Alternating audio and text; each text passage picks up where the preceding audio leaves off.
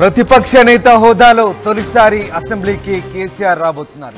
రేపు అసెంబ్లీకి BRS chief KCR హాజరు కాబోతున్నారు. ప్రతిపక్ష నేతగా కేసీఆర్ కు అసెంబ్లీలో ప్రత్యేక ఛాంబర్ కేటాయించింది ప్రభుత్వం. గత అసెంబ్లీ సమావేశాల్లో ప్రభుత్వానికి కేటీఆర్, హరీష్ సమాధానం చెప్పారు. కానీ ఇప్పుడు కేసీఆర్ హాజరవుతారన్న సమాచారంతో బీఆర్ఎస్ శ్రేణులో ఉత్సాహం నెలకొంది.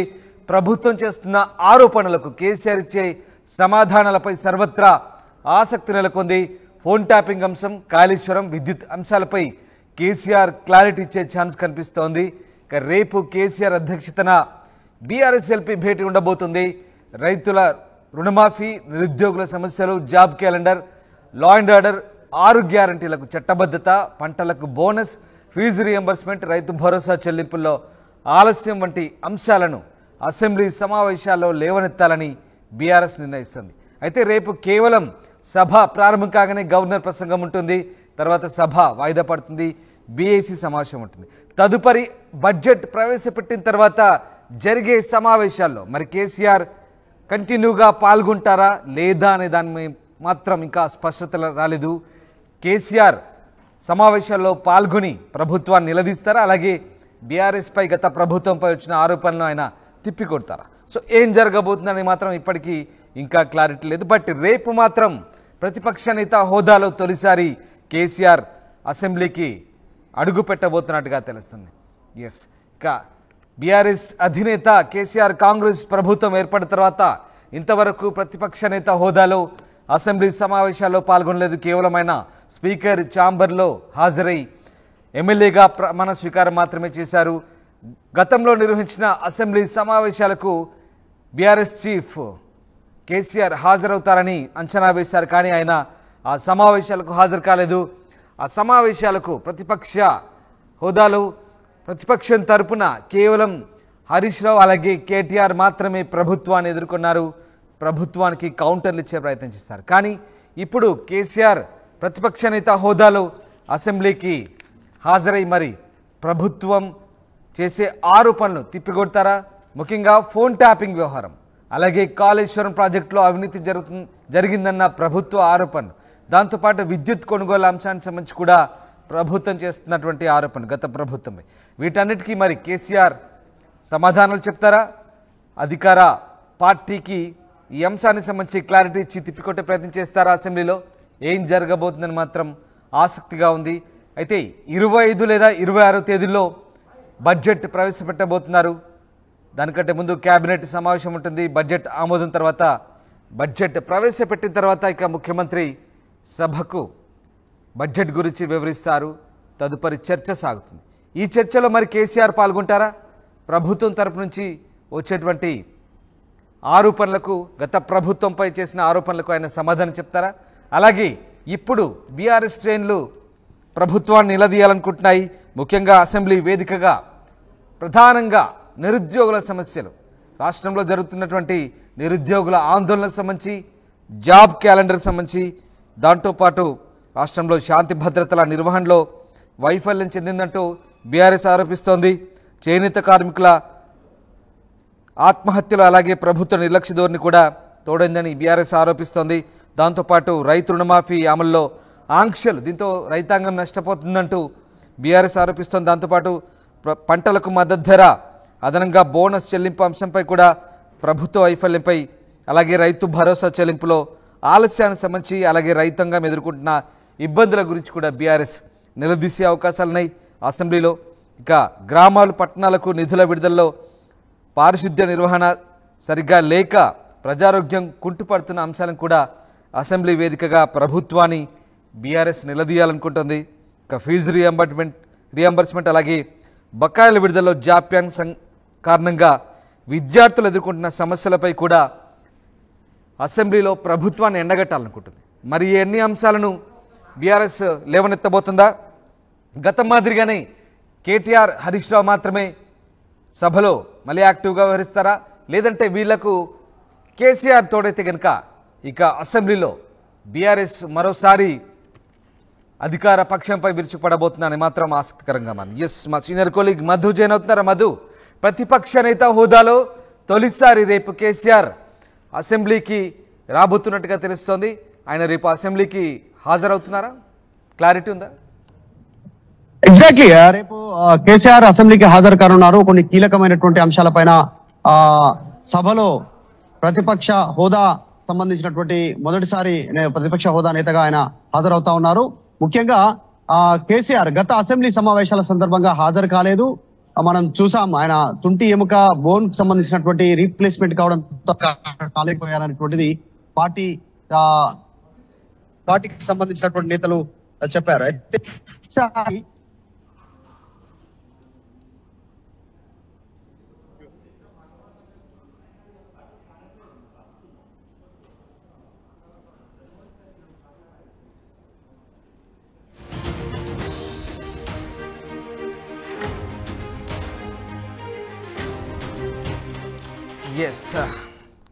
ప్రతిపక్ష నేత హోదాలో తొలిసారి అసెంబ్లీకి కేసీఆర్ వెళ్ళబోతున్నారు. ప్రతిపక్ష నేతగా కేసీఆర్కు అసెంబ్లీలో ప్రత్యేక ఛాంబర్ కేటాయించారు. గత అసెంబ్లీ సమావేశాల్లో భాగంగా ఆయన సభకు హాజరు కాలేదు. అప్పట్లో ప్రత్యేకంగా ఆయనకంటూ ఒక గది కూడా కేటాయించని పరిస్థితి. కానీ ప్రత్యేకంగా బీఆర్ఎస్ చేసిన విజ్ఞప్తిని అలాగే కొన్ని విమర్శల నేపథ్యంలో కేసీఆర్కు ప్రత్యేక ఛాంబర్ కేటాయించారు. అన్ని వసతులతో కేసీఆర్కు ఈసారి ప్రత్యేక గదిని కేటాయించిన నేపథ్యంలో ఆయన హాజరు కాబోతున్నట్టుగా తెలుస్తోంది. గత అసెంబ్లీ సమావేశాల్లో కేటీఆర్, హరీష్ రావు మాత్రమే ప్రభుత్వాన్ని ధీటుగా ఎదుర్కొనే ప్రయత్నం చేశారు ప్రతిపక్షం వైపు నుంచి. కానీ ఇప్పుడు కేసీఆర్ తోడైతే గనక ఈ ముగ్గురు అధికార పక్షాన్ని కాస్త ఇబ్బంది పెట్టే, ఇరుకున పెట్టే ప్రయత్నాలు చేసే అవకాశం ఉందని బీఆర్ఎస్ శ్రేణులు భావిస్తున్నాయి. దీంతో కేసీఆర్ సభకు హాజరవుతున్నట్టుగా తెలియడంతో బీఆర్ఎస్ శ్రేణులు హర్షం వ్యక్తం చేస్తున్నాయి. ఒక రకంగా కేసీఆర్ హాజరవడంతో బీఆర్ఎస్ శ్రేణులో కొత్త ఉత్సాహం నెలకొందని చెప్పవచ్చు. మధు మళ్ళీ జాయిన్ అయ్యారు. మధు, కేసీఆర్ రేపటి అసెంబ్లీ సమావేశాలకు హాజరవుతున్న నేపథ్యంలో ఒకసారిగా బీఆర్ఎస్ శ్రేణుల్లో అయితే సంతోషం కనబడుతుంది, ఉత్సాహం కనబడుతోంది. మరి కేసీఆర్ రేపు అసెంబ్లీ సమావేశాలకు హాజరు కాబోతున్నారా? ఎగ్జాక్ట్ రేపు మధ్యాహ్నం బీఆర్ఎస్ఎల్పీ సమావేశం కూడా ఉంది రేపు. కాకపోతే సభ హాజరవుతా ఉన్నారు. మొట్టమొదటిసారిగా ఓటమి తర్వాత సభా సమావేశాలకు కేసీఆర్ హాజరవుతున్నారు. గతంలో మనం చూసాం ఎమ్మెల్యేగా గెలిచిన తర్వాత గజ్జోల్ ఎమ్మెల్యేగా ఆయన ప్రమాణ స్వీకారానికి డైరెక్ట్గా స్పీకర్ ఛాంబర్లో ప్రమాణ స్వీకారం చేశారు. తర్వాత ఆయన తుంటి ఎముక గాయం నుంచి కోలుకున్న తర్వాత వరుసగా పార్టీ కార్యక్రమాలకు హాజరవుతా ఉన్నారు. పార్టీ నేతల్ని, నాయకుల్ని, ఎమ్మెల్యేలని గ్రామ స్థాయి నుంచి జిల్లా స్థాయి వరకు నేతలందరినీ కలిసే ప్రయత్నం చేస్తారు. చాలా బిజీ షెడ్యూల్గా గడిపారు.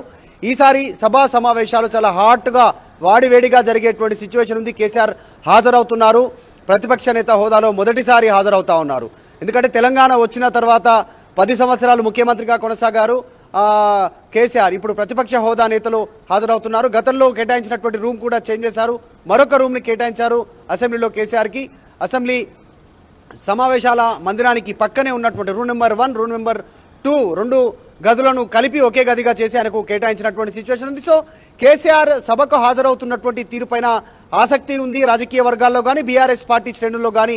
గత అసెంబ్లీ సమావేశాల్లో ఒంటి చేత్తో నడిపించారు ఇద్దరు కూడా. అటు వర్కింగ్ ప్రెసిడెంట్, మాజీ మంత్రి హరీష్ రావు, కేటీఆర్, హరీష్ రావు ఇద్దరు కూడా సభలో అధికార పక్షానికి ధీటైనటువంటి సమాధానం ఇచ్చారు అనేటువంటి దాంట్లో బీఆర్ఎస్ పార్టీ శ్రేణులు ఉన్నాయి. ఈసారి ప్రతిపక్ష నేతలు కేసీఆర్ వస్తున్నారు కాబట్టి కేసీఆర్ ఎలా సమాధానం చెప్పనున్నారు అటు ప్రభుత్వం నుంచి వచ్చేటువంటి విమర్శలపైన, గత ప్రభుత్వం పైన, అంటే కేసీఆర్ ముఖ్యమంత్రిగా ఉన్నప్పుడు జరిగినటువంటి అవినీతి ఆరోపణలు వాటన్నిటిపైన కేసీఆర్ ఏ రకంగా సమాధానం చెప్పనున్నారనేటువంటి సర్వత్రా ఉత్కంఠ కొనసాగుతోంది. ఒకవైపు ఏమో కేసీఆర్ పైన సోషల్ మీడియాలో భారీ ఎత్తున మెసేజ్లు పెడతా ఉన్నారు. మద్దతుగా బీఆర్ఎస్ పార్టీ శ్రేణులు పులి బయటకు వస్తుందంటూ స్టేట్మెంట్లు చేస్తూ ఉన్నారు.